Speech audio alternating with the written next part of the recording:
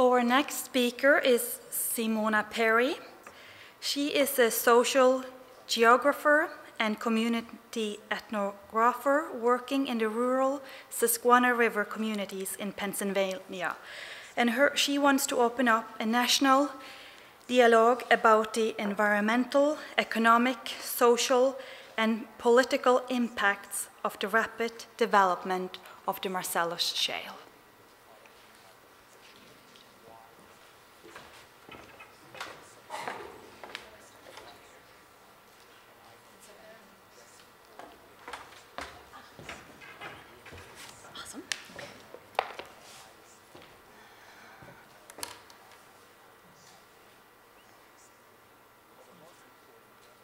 Hello, everyone. I feel like everybody's back there. Come up here. Huh? Oh, it is? Yeah, it's kind of cold up here. But if you're all together, it's warmer, right?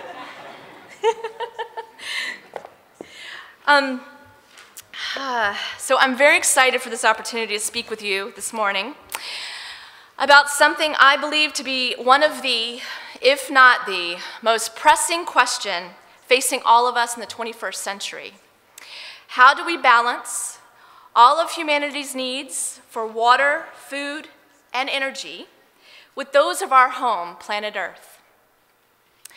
I also believe very strongly that the personal and collective experiences and struggles of Africans, of Central and South Americans, of South Asians, Europeans, the Arctic peoples, and North Americans living on and near fossil fuel developments can teach us more about this question. People in all of these world regions find themselves struggling to hang on to traditional ways of life, the heart of human cultural diversity. And in the midst of a worldwide push to extract the last remaining fossil fuel resources from our Earth. So as the history of extraction and non-renewable natural resources has taught us through the centuries, as the resources dwindle, humanity suffers. And can I get these lights turned down a little bit? Is that possible? Because I'm just not sure if people can see this. Thank you so much. So, like I was saying, as this extraction escalates and resources dwindle, humanity suffers.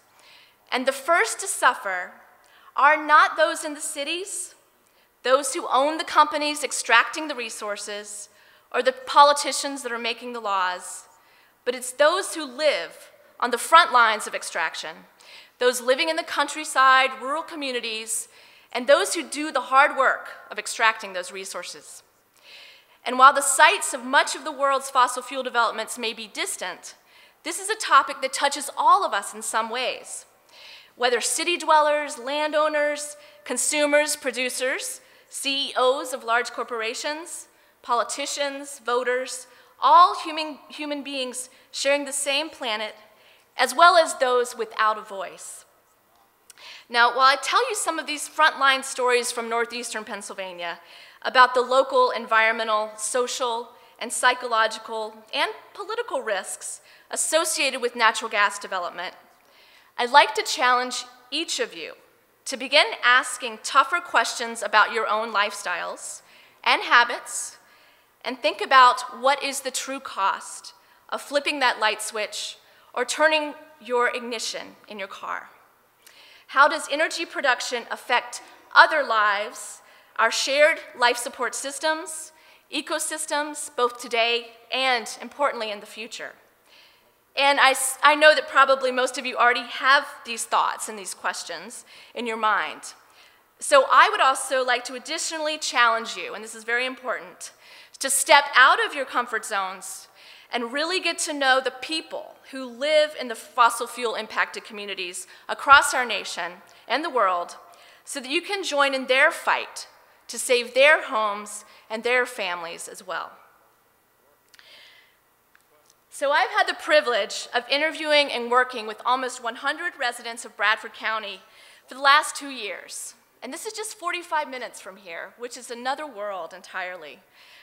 Their trust in me to tell their stories carries with it an ethical responsibility that I take very seriously. These folks have shared their stories, images, some of their property maps, and written words with me as part of a Mellon Foundation-funded project looking at the geography and social and cultural dynamics around farmers and forest owners' relationships to land. And now, how shale gas development is changing those dynamics. Through this work, I've become a documentarian of the less talked about social, psychological, and political changes that are occurring throughout northeastern Pennsylvania.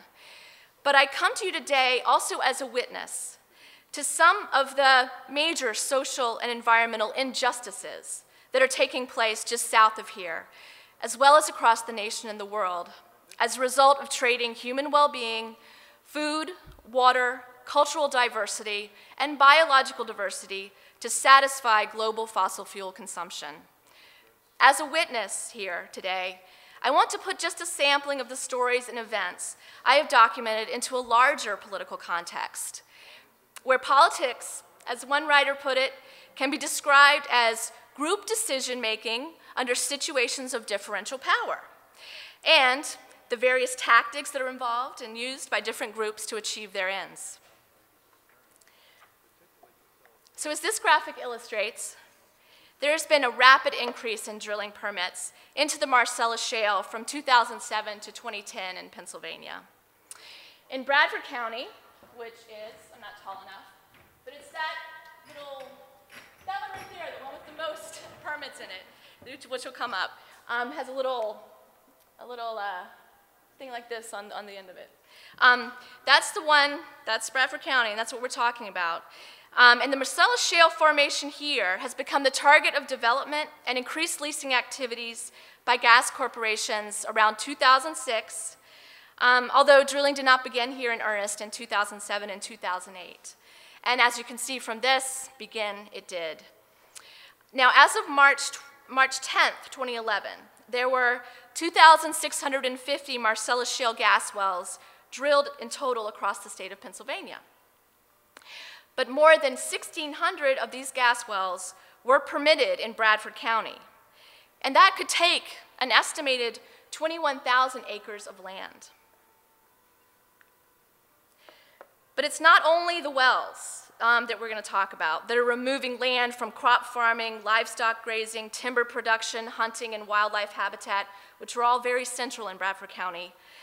But officials have estimated in the county that in total land area converted from other uses to use by the Marcellus Shale gas industry, there are now 4,090 acres of pipelines, 1,125 acres of impoundment ponds, almost 3,000 acres of new access roads, 1,200 acres for water withdrawal sites, 300 acres for pipe yards, and 150 acres for new quarries. And this industry continues to expand their acreage in the county daily. So a very rough conservative estimate is that 37,000 acres will be changed from some other use to gas industry use by the end of 2011. The total land area in the county equals 736,637 acres. So keep that in mind. And these are population statistics prior to the Marcellus Shale gas boom. They portray a county that is rural, losing population, relatively poor, and also a retiring older population. Bradford County, as of 2007, still received most of its revenue from agriculture. Last year, this amounted to $150 million in cash receipts from farming for the county. In 2007, there were 1,457 farms, and 297 of those were dairies, all on 267,000 acres. So just think, by the end of 2011, an estimated 37,000 acres in the county will be changed from ag or some other use to a gas industry use. Now, manufacturing has been the greatest source of employment in Bradford County for quite a while, but even there, local natural resources play a large role in these manufacturing industries, with 1 in 10 jobs being in the wood products industry. And today, one large factory that makes wood products and many, many of the smaller lumber yards are finding it harder and harder to find locally grown, marketable wood, due partly to supply shortages from gas companies, chipping up much of the timber for sawdust, and simply clear-cutting timber and making it more expensive to sort. In Bradford County, the people are generally friendly towards outsiders, or what they would call implants or flatlanders. But you are not an insider in the county unless you have much deeper roots. At least your parents must have been born in Bradford County. And to an insider, family history and the history of family land is central to their personal lives.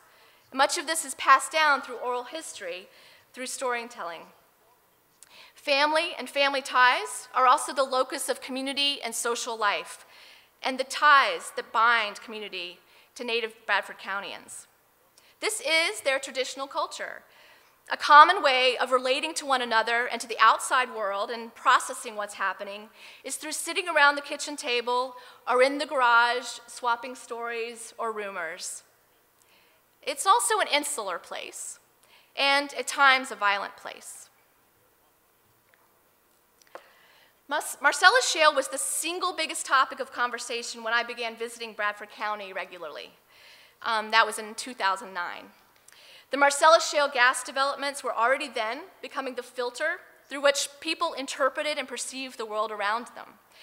All the people I spoke with and listened to in the county had already begun using the development of the Marcellus Shale to evaluate and interpret their local environment, their politicians, their neighbors, their own families, and outsiders, like myself. So in this oral culture, as stories of lying landmen, neighbors getting rich from royalties or lease signing bonuses, payoffs to farmers to keep quiet about damages to their crops or animals, trespassing on family cemeteries and hunting grounds, bar fights, skyrocketing rents, plunging housing prices, and contaminated water wells in neighboring counties, and then all of a sudden at someone's daughter's house, spread from farm to farm, house to house, and town to town, the Marcellus Shale gas developments in Bradford County began to be a series of events that really tested and changed people's sense of reality and what it meant. Now this means that these gas developments and the changes they are bringing about have really forced people to question what they thought they knew about how their communities functioned, how their governments operated, and even who their neighbors are. This is a water buffalo and a methane vent for a house that sits along the Susquehanna River in Wilmot Township in Bradford County. Their water is contaminated with explosive levels of methane. About 200 feet from this house, the Susquehanna River has been bubbling, releasing methane since the fall of 2010. DEP, Pennsylvania DEP, has determined that this methane is the result of horizontal drilling from a well site over a mile away. And I show this and talk about this because much of people's questioning of reality comes from these type of firsthand experiences or learning about these events, and they impact people's daily lives if you can't drink your water from your faucet. And this leads to terrible feelings of loss. According to what has happened in other energy extraction communities, this loss and even the fear of loss of water, health, and home leads to psychological and physical consequences to individuals, which in turn leads to social and political consequences. Dairy and small farmers and forest landowners in the county are who I have worked with most closely. And I wanted a way, and they wanted a way, to document how their quality of life was being impacted or changing as a result of Marcellus Shale developments from winter of 2009 through summer of 2010. We did this. I asked them to take photographs, really simple, of what was important to them right now about their lands, the county, anything, and write down why they took that particular picture. They brought those photos back to two separate groups split up by dairy small farmer and forest landowner, and they shared them with each other. I also brought maps of their properties, the county, and gas developments. Out of their written and spoken reflections and conversations around their photographs and maps, some really big overarching quality of life elements emerged. Clean water, fresh air, fertile soil, a rural way of life, economic security, and family and personal histories with the land in the present time and also for the grandchildren. So I ask each of you who live in shale country, because you still do even if they're not drilling, to grab a camera and pad of paper and pen and go out in your backyards or your back 40 in your favorite local family picnic spots or swimming holes and take a few pictures of what's most important to you today. And the following are just two of these photographs and the type of conversations they evoked. One landowner, who you'll meet in a minute, took this photograph and wrote simply, "Roadway to my home, tranquil and deep-rooted. This is part of Bradford County, Pennsylvania." And this sentiment was shared by the entire group of landowners that this person was a part of, and the group actually chose this term, deep-rooted tranquility, to describe Bradford County to outsiders. And one of the richest areas of discussion among landowners in Bradford County, both in groups and well as in interviews, had to do with what they felt the gas industry was perhaps irreversibly changing. Namely, the connections landowners have between their family histories, childhood memories, their lands, the past, and the present. As one landowner put it, that's where we're feeling this death feeling, because change is coming. It's like you want to hold on to it, and you know it's not going to be there. And this is a poem the landowner who took this picture wrote about, she wrote this about her family and her land. It's called Land Ghost. Striding through the fields, surrounded by the glimmering creatures of my night, the dense, close blindness, touched by the most mysterious sounds of my childhood, slow trilling from the woods, so different now than in the daylight. Only years later did I know their name, tree frogs. Bullfrogs, intense pulsing from the pond I cannot see, me announced by the beaver's splashing tails suddenly from the darkness. And in the dusk, outside, beyond my bedroom window, out toward the barn, surrounded by the trilling mystery of the woods, also another sound in those nights so long ago. Whippoorwill, whippoorwill, whippoorwill, on into the night as I drifted into sleep. I must have heard them before I knew what anything was, must have grown with their song, and the others. Part of me before I had any knowledge of parts. The songs were me then, and are now. The year my mother died, in the summer, before she died, we heard that sound again so long after, and I alone in the 3.5-acre field in July heard a lone bird sing that song once or twice, just before she was gone.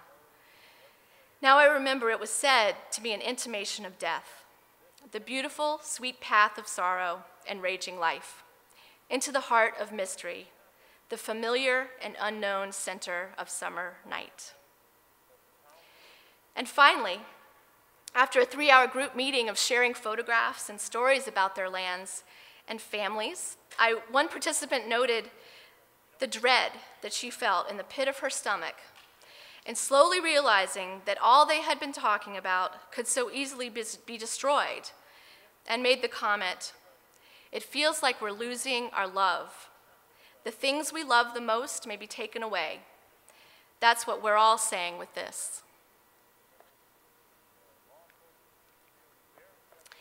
One of the last things the focus groups did was meet one another in a larger group setting, and something really exciting happened then. During the separate, like-minded groups, people got talking, they felt comfortable, individual and group consciousness was raised, and bonding took place. And when the true groups were brought together, this got people talking in new ways, and there were creative tensions, differences were discussed openly, and strategies and tactics emerged. There was more consciousness raising, but there was also this bridging that took place between groups of individuals that otherwise would not have spoken to each other. Most importantly, Everyone strategized about sharing what they had learned during the process of sharing images, maps, and stories with others, and wanted to provide their neighbors with a sense of empowerment they felt they had gotten from being a part of the process. Out of that, the participants organized the Pennsylvania Landowners Group for Awareness and Solutions, PL-GAS. And they told me they wanted to empower others as they had been empowered. The participants in this study have started a blog, they've produced t-shirts, they've hosted movies, they have successfully put pressure on their local elected officials with letter writing and oral testimony at meetings. And most importantly, they now hold informational meetings in local fire halls and townships with other landowners across Pennsylvania and New York who are impacted by shale gas drilling. In addition to empowerment, I believe the power of this bonding and bridging, or what sociologists call bonding and bridging social capital, is in its ability to build empathy among people. These types of social capital building lead to breaking down of barriers between us and them, and may help impacted communities find a voice, both collectively as well as individually. Across the globe, in rural areas from North America to Australia to England that have experienced rapid economic development as a result of an extractive industry, the key to long-term adaptation we found and community resiliency has been an equal, if not greater, attention to the merits of building upon existing local community assets and developing new forms of social capital.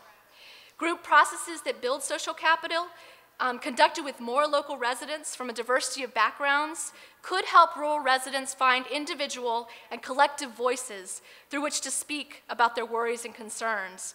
And most importantly, plan together for a future without the current gas rush.